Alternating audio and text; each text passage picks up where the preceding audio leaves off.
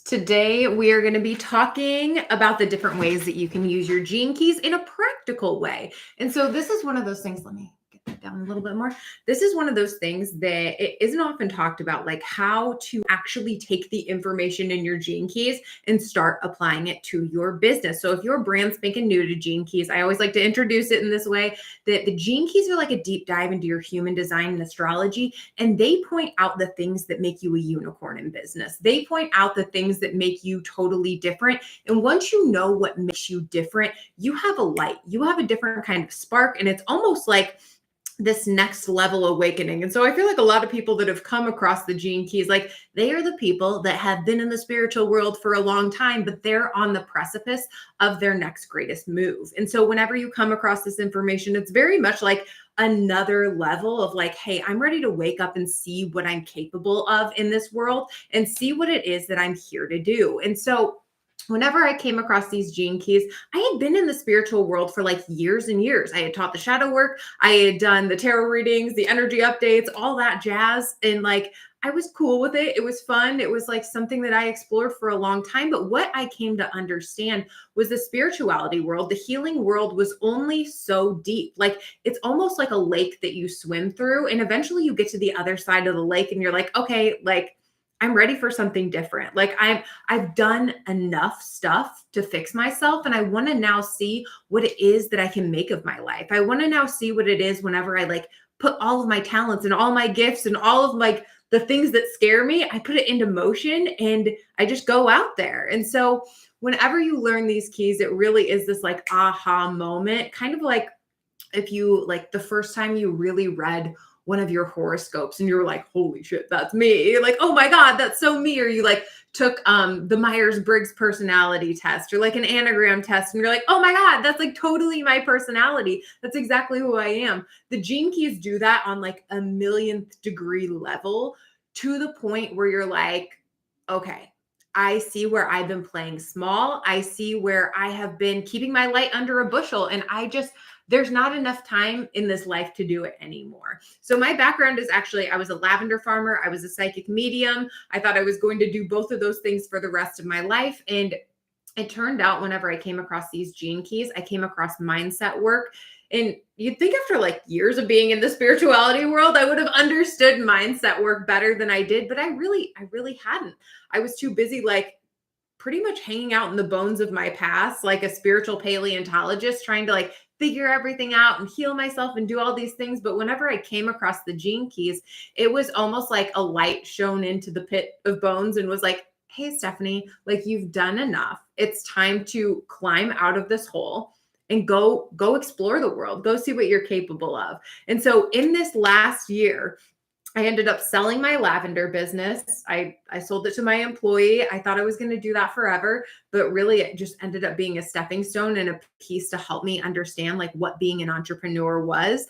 And so I was a lavender farmer and I was doing psychic medium work, but the way that I used my psychic abilities changed whenever I came across these gene keys because it was no longer about picking up on everybody else's energy. So if you've ever been one of those people where you're like, I'm so tired of being an empath. I'm so tired of like taking on everybody else's stuff. Like I used to be that bird that like I couldn't go shopping for too long, or I like didn't want to be in restaurants because like I would just be like, oh, I'm so drained. I'm picking up on everybody's stuff. But really, like, I didn't need to do that anymore. And so in the past like year and a half, I learned I was like, instead of using my intuition to like suck up everything that's around me, what happens whenever I become like the supercomputer? Like I'm so in tune with source. I set the tone of what's going to happen in my life. And the gene keys really gave me the fire and the juice to do this. So it scared the living daylights out of me after years of like not knowing how to use my gifts and like finally discovering it and finally unlocking all these superpowers.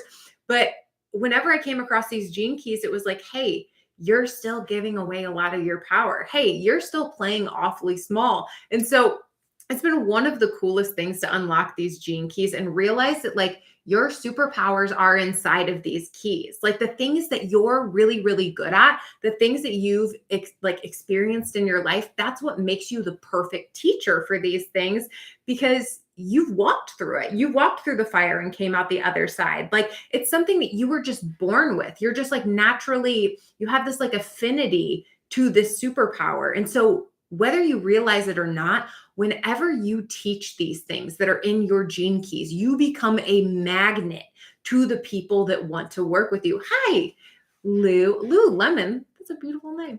I'm a projector 1-3, seeker of truth and knowledge. My goal is to open a trading farmers market. Girl, like I just came from the farmers market world. So like that's a really cool place to be. Yeah, being somebody that would run a farmer's market would be extremely beneficial for you as that projector because from what I've seen, and this kind of like stepping out of just like the gene key realm and the human design, like from what have seen and I picked up from all those years in the farmer's market, like there needs to be somebody that is like pointing everybody else in the right direction. Like it has to be that way. Like the woman that ran the farmer's market, especially like the really big one that I did, she wasn't on top of every single booth and on top of every single person. She was just these eyes that like scanned around. So the more that you can really like step into this projector power and be like, okay, there's going to be other people that like swoop in and help fill in the gaps that like I don't love to do, the things that like don't really light a fire under my butt, the more that you like kind of build this group around you, the better. And I don't know do you follow, I love the idea of feeding the community without thinking of monetary gain. Yeah. And do you follow Brandy Yates she does human design. We've done a lot of like lives together. We just did an event together a couple weeks ago. I've proclaimed her the president of projectors because she doesn't wait. Like she doesn't wait in the general sense of how projectors usually get the rep of like, I need to sit back. I need to just like hang back and wait for everything. Like she put herself out there. Like she became a public figure. Like if you look up anything with human design, Brandy, and you spell her name Brandi. So Brandy Yates. Just love her so much. But she's one of those people that like, she just like started posting on human design. And like, if you look up anything on human design, she's one of the very first videos, if not the first video, has over 100,000 followers. Like she teaches about it in a way that's so beautiful, but she had to put herself out there. Like she had to put herself out there for readings. She had to put herself out there for these lives and to make these videos. Like I think a lot of times projectors find out they're projectors and they're like, it almost becomes this like, I'm going to sit back and I'm going to like wait. But she has this like fire inside of her where she does show up for her business and her dreams every single day. And it's actually been a really beautiful thing to see. And I remind her of this all the time because I'm like, in case you forget, like you are a kick-ass projector. So definitely go follow her because I think that you could learn a lot from her as well. Even just like watching the way that she shows up. The wait for invitations versus the internal go, go, go. You know, there are going to be things that like, if you love it, you do show up and you don't wait for that invitation. You know what I mean? Like you put yourself out there in a way that it's going to be different than like a generator or a manifesting generator, of course, but like there's still this like torch that you hold in yourself that's like, I'm here and this is what I'm doing. And the more that I just like show up in this power and in this light, I'm going to bring in all of those people that are going to help me accomplish this goal. Right. And so people will like almost hear your signal. Like they'll see like you flashing the bat symbol because you chose to be like that bat symbol in the sky. And they'll be like, ooh, I'm really magnetized to this. And I really like this. I'm putting the offer on 11 acres for orchard and garden for food. That is amazing. Congratulations.